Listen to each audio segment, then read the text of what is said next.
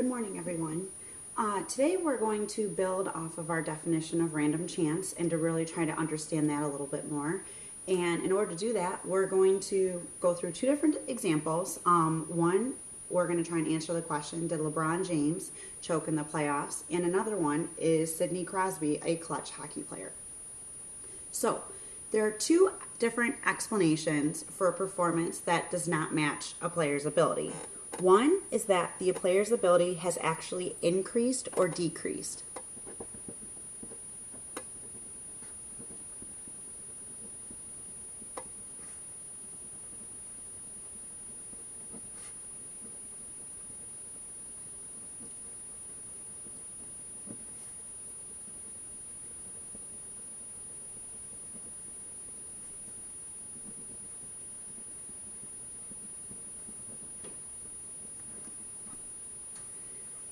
The second is that the player's ability stayed the same, and the difference between the performance and the ability was due to random chance.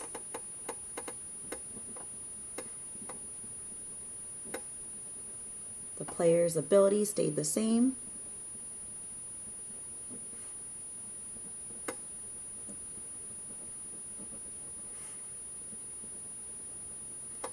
and the only difference was due to random chance.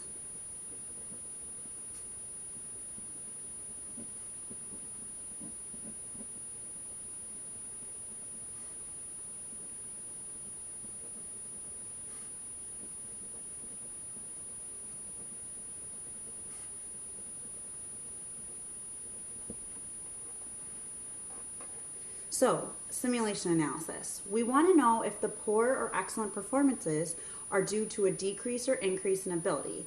Therefore, we can simulate the performance we think is special. Remember, a simulation helps us see a bunch of different outcomes that could have happened by random chance given a specific ability. So in our first day of class, we did the simulation with the juniors and the seniors for the football team. We used the beads. We used one of the colors of beads to represent the juniors and one color of beads to represent the seniors to see how likely it was to really get the number that came out of the lottery and to see how likely that is truly to happen by random chance. To do this, one can use an applet. Just type in the ability estimate and the different attempts to consider with that particular ability, and then it gives us the different outcomes that could possibly occur by random chance. We will see how special that performance really is by looking at how often it occurred in the simulation. If it does not happen often at all, the result is special. And we have evidence of a difference in ability. However, if it does happen often in the simulation, the result is not special, and there is not a difference in ability, and the performance was simply due to random chance. Sometimes we'll count dots at or above a performance. However, and sometimes we'll count dots in the dot plot at or below the performance. How do we tell the difference between the two?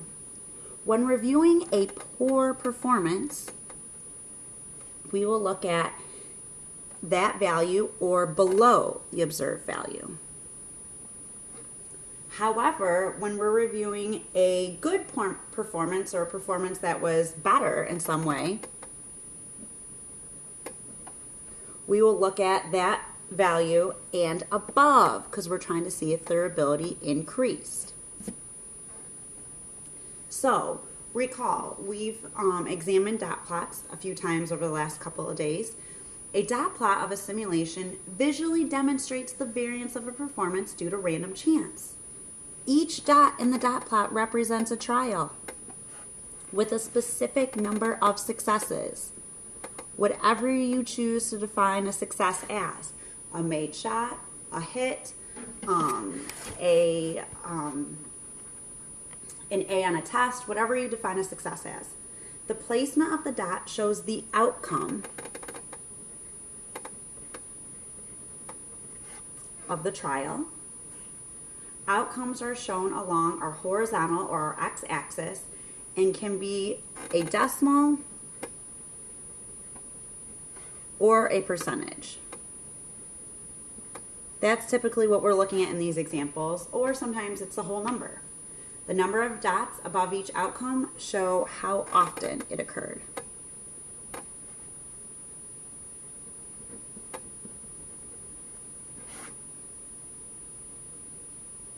Okay? So let's examine a dot plot in this next example.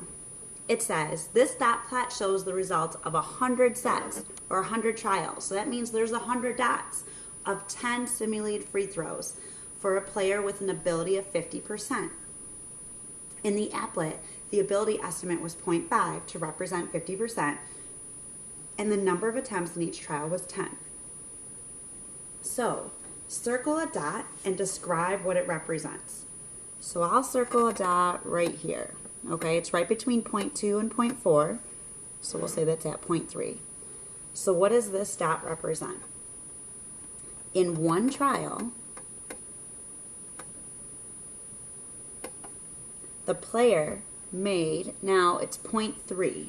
So remember, each trial was 10 simulated free throws, so they made 0.3 of them, or in other words, 30%, or that would be 3 out of 10. So in one trial, the player made 3 shots out of 10 attempts.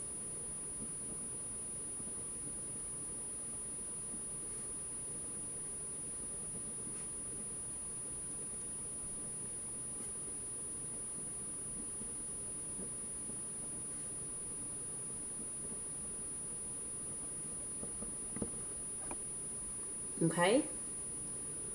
What was the player's best performance? So their best performance. So out of 10 free throws, in which trial did they do the best? Well, there's one dot up here where it was proportion of made shots was 1.0, or in other words, 100%. So their best performance was making all 10 out of 10 free throws. That happened once. What was the worst performance? Their worst performance is the lowest dot, the dot furthest to the left on the dot plot. That is above 0.1, because it's right between 0 and 0.2. So that would be 1 out of 10 free throws. What percent of the time did the individual shoot at 80% or better? So 80% would be 0.8. So I'm going to look at 80% and higher, and I see there's 5 dots. And remember, there were 100 trials.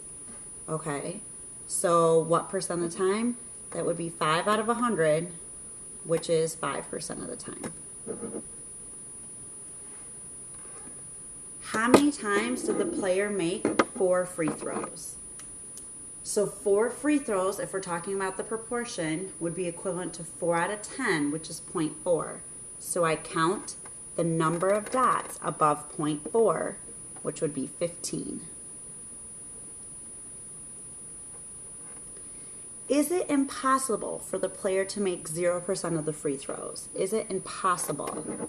Okay, well, it didn't happen at all in the simulation, so it seems pretty unlikely, but of course it's possible. It's possible that they could have made, they just didn't do it out of any of the 100 trials. So no, it is not impossible. It just didn't happen in our simulation.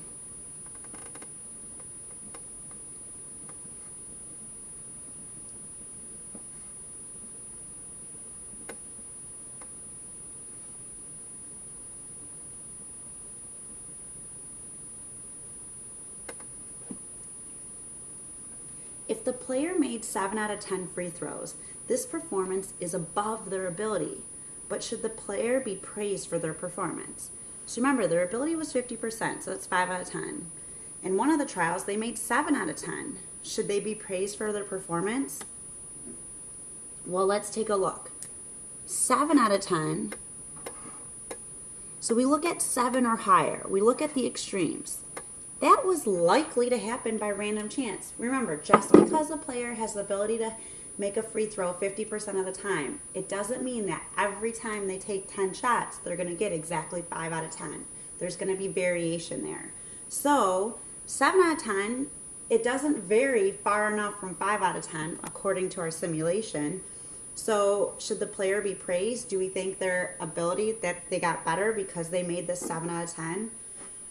No. Because this happened several times in our simulation.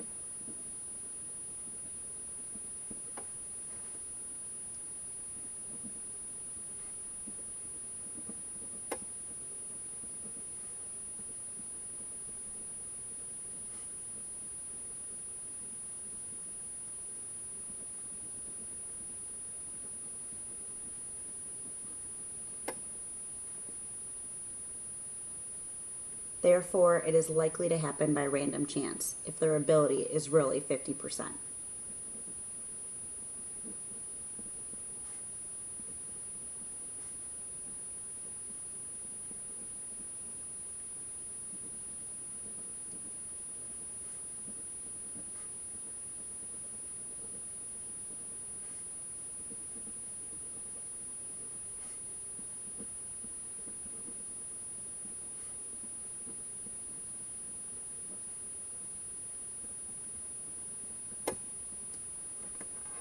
Now, what if they made 9 out of 10 free throws? Does that give us, are we thinking their ability increased? Should they be praised for that performance? Well, let's look at 0.9 and higher. That only happened 2 times by random chance. Okay, that only happened 2 times by random chance if we look at 0.9 and higher. So 2 out of 100 times is just 2% of the time. That doesn't seem unlikely to happen. So I know you might be thinking, okay, well, where do we draw the line? What is considered likely to happen by random chance and unlikely to happen by random chance? In statistics and these types of examples here with sports, a lot of times we use 5% as our boundary line. If something happens less than 5% of the time, it's unlikely to happen by random chance. If something happens more than 5% of the time, it's likely to happen by random chance. So, in our simulation, 0.9 or higher only happened 2% of the time.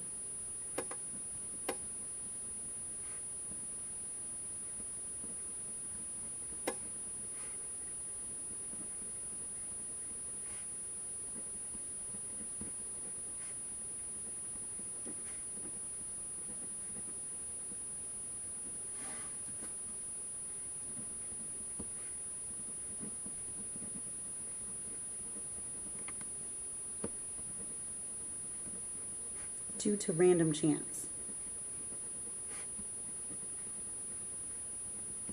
Therefore, since this is unlikely to happen, yet it actually happened, I think the player should be praised for their performance.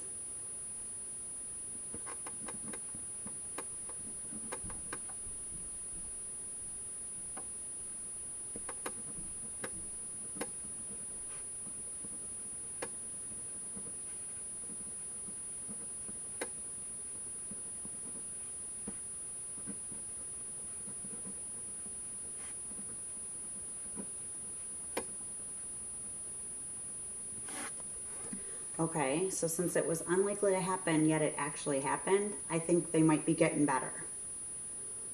Why would a percentage that would give evidence, what would be a percentage that would give us evidence that the ability of this player actually decreased? So rather than talking about if they get better, if it actually decreased.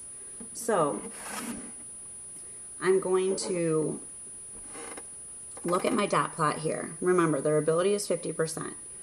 Okay. If I looked at 40% and lower, that still is likely to happen. It looks like it happens about, maybe like 35, 40% of the time. If I look at 30% and lower, that's still very likely to happen by random chance. Remember, we're looking for something that occurs 5% or less of the time. So if I look at this value, 0.2 and lower, that only occurred 5 out of 100 trials. Okay, so that only occurred 5% of the time. So that's unlikely to happen by random chance. So if that actually happened to the player, I'm probably thinking that they're starting to get worse, that their ability decreased. So I would say a performance of 20% or lower, because this is unlikely to happen by random chance.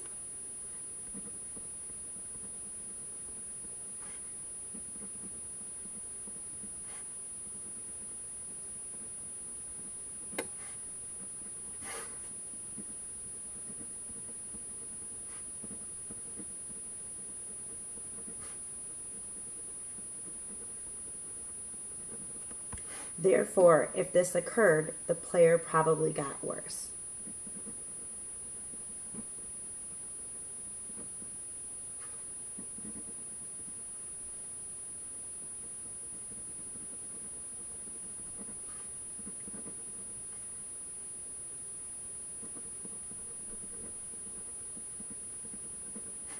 The player's ability probably decreased.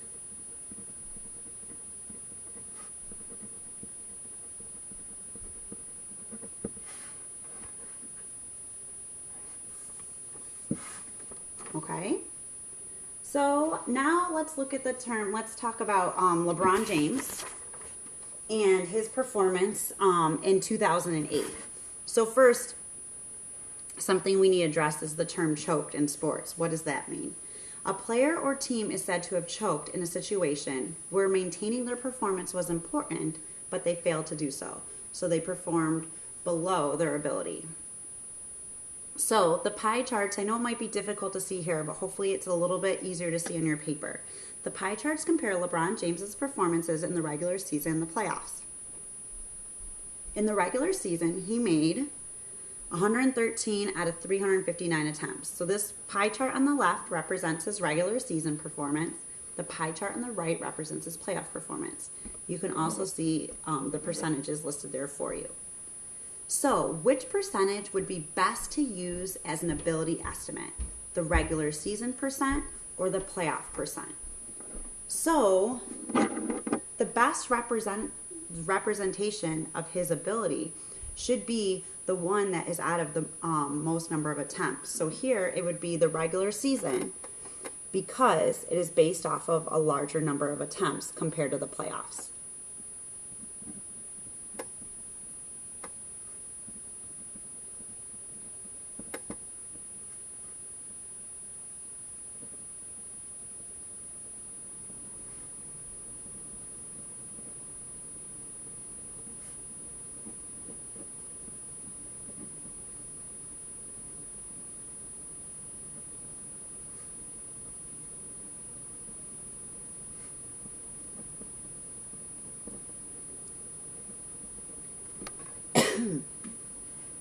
Okay, so let's say we ran a simulation using his regular season performance to represent his ability, 31.5%. So that's, we're saying, is his three-point shooting ability.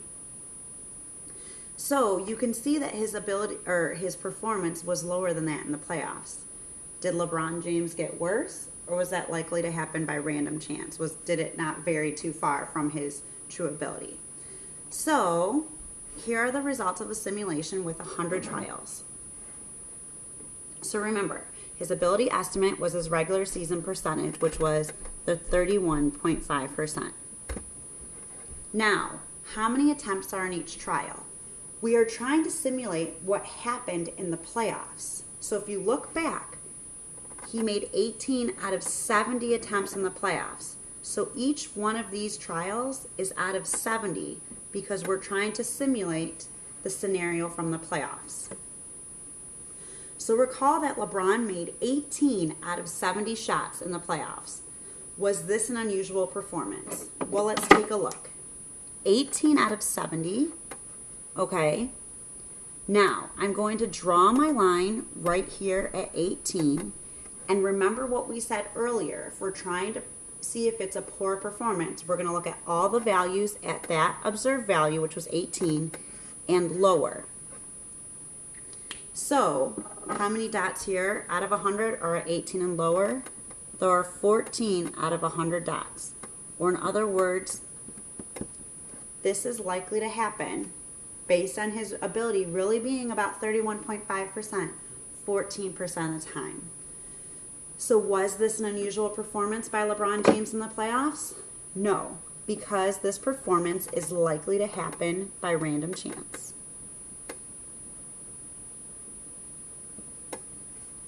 Or no, because this performance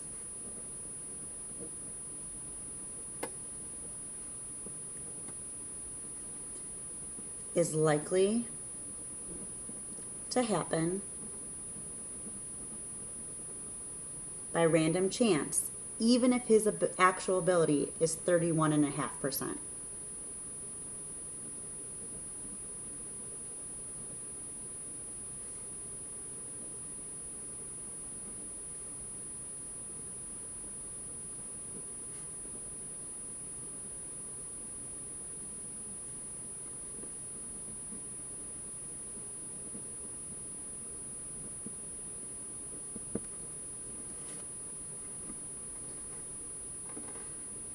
This performance happens 14% of the time by random chance. Therefore, it is likely to happen.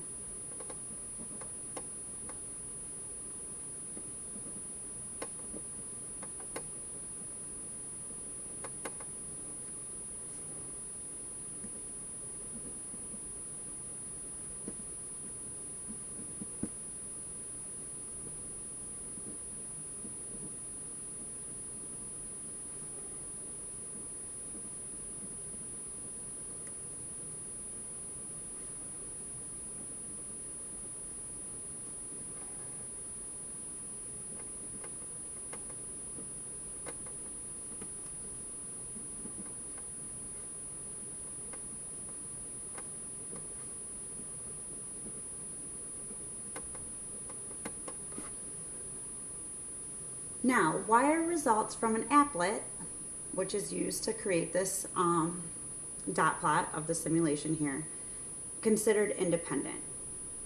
Well, independent events are when the outcome of one of something does not affect the next outcome. So, because the outcome of one trial does not have an effect on the outcome of the next trial, they are considered independent. So, because the outcome of one trial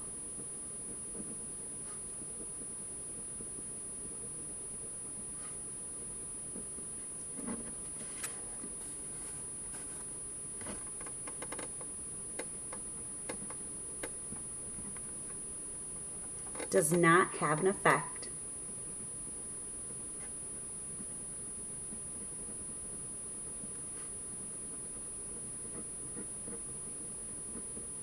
on the outcome of the next trial.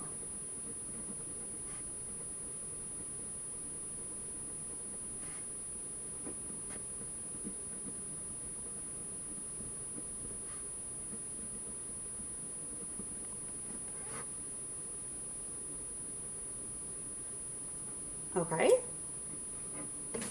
so now let's look at another example that is similar but looks at what's called a clutch player. A clutch player is said, or a player is said to be clutch in a situation where under pressure, when it's very important, they exceed their normal performance. Okay, so here's an example of Sydney Crosby's performances in the regular season versus the playoffs in the 2008-2009 season. During the 2008-2009 regular season, Sydney Crosby took 238 shots on goal and made 33 of them. So regular season, 238 shots and made 33 of them. Okay, so if you look up here, you guys, and you use the chart, the regular season, his made percentage, if you divide those two numbers, you should get 13.9%. Now, in the playoffs, he took 79 shots and made 15 of them. Okay, so if you notice there, according to our key in our bar chart, in the playoffs, his made percentage was 19%. So this data shows that his performance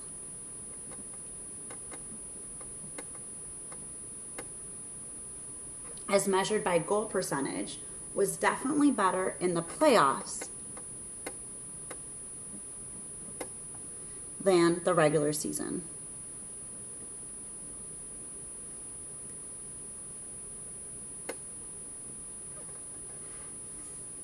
Okay, but was there an increase in ability? So, recall, we can simulate his playoff performance using an applet. We are going to use, remember, the one with the more attempts is the better estimate of his ability. So in this case, it would be the regular season. So we're going to use, what was his regular season made percentage? That was 13.9% as an estimate of his ability. And each trial is going to contain 79 numbers because we're trying to simulate the 79 shots he took in the playoffs. So here are the results of 50 trials in a simulation. Okay? So recall back, if you look up here, recall that normally in the playoffs, out of the 79 shots he took this season, he made 15. Okay? So I'm going to look at all the dots. This time I'm going to look at 15 and higher because I'm trying to see if this is an exceptional performance. So I'm going to look at all the dots at 15 and higher. So if I look at that, I get 9 out of 50 dots, which is saying that this occurs about 18% of the time just by random chance, excuse me, if his ability is really 13.9%. So this happened 18% of the time in our simulation by random chance. This happened 18% of the time in our simulation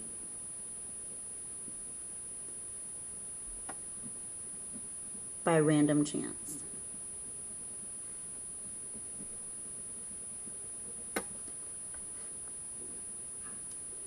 Since it's likely to happen by random chance, we do not think that Crosby's ability actually increased in the playoffs.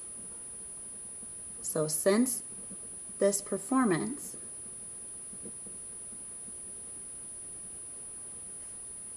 is likely to happen by random chance,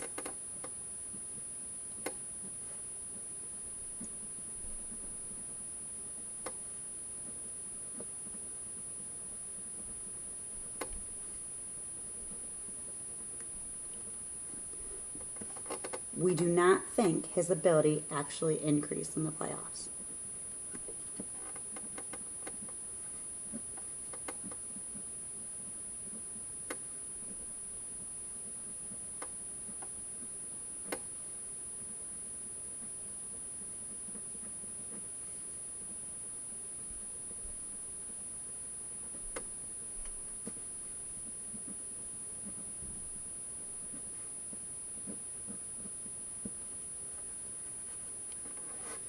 So we could have made one of two possible conclusions from our simulation.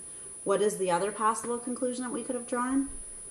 Well, instead of 18%, let's say maybe he actually did scored 18 goals. So maybe we're looking at 1 out of 50 or 2%.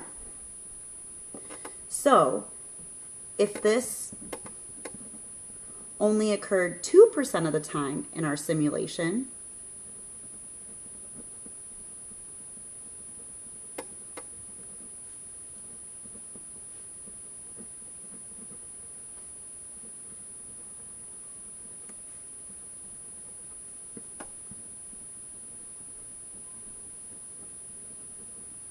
it would be unlikely to occur by random chance.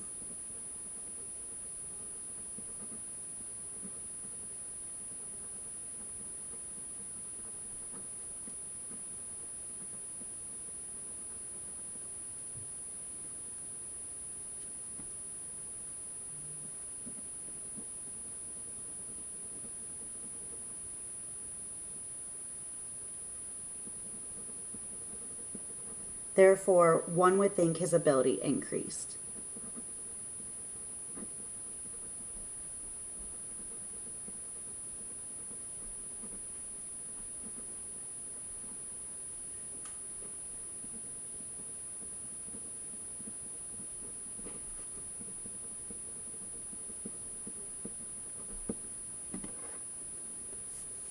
Okay? One last quick example for today. It would normally be a your turn if we were in class. It says, suppose that a soccer goalie has a save percentage of 85% this season. In a particular game, the opposing team takes 8 shots and she stops all 8 from going in. So in this game, her save percentage was 100%, or 8 out of 8. The goalie is praised by her coach, but could her performance be attributed to random chance? Below is a dot plot of 50 trials.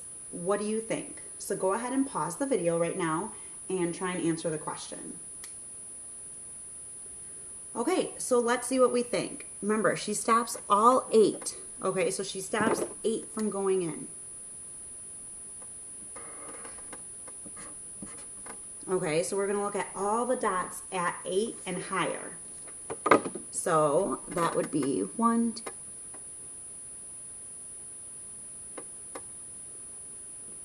That's 14 out of 50 dots, which is 28%. So it's just based on the fact that her save percentage is 85%. This happens 28% of the time. She'll save all the shots on goal from going in. So what do we think? What's our conclusion? This goalie's performance is likely to happen by random chance.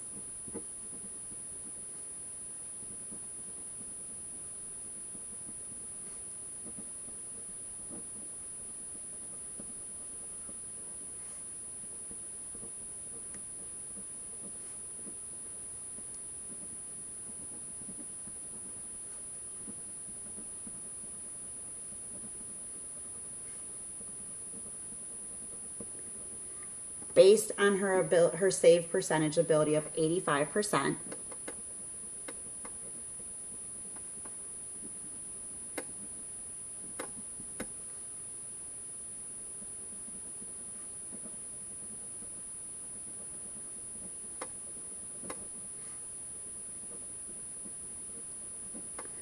Therefore, her performance should not be praised by her coach.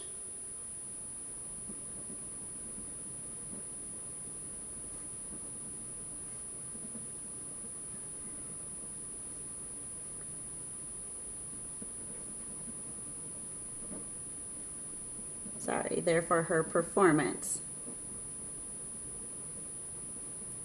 does not deserve a special praise by her coach.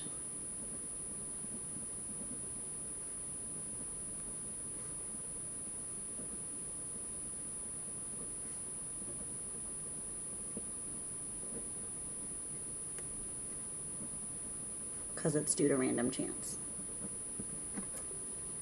Now, I know these notes can be tricky. We're certainly going to continue to build off this concept of random chance and interpreting these dot plots and whatnot. So good luck on your worksheet, and feel free to bring your questions to class the next day.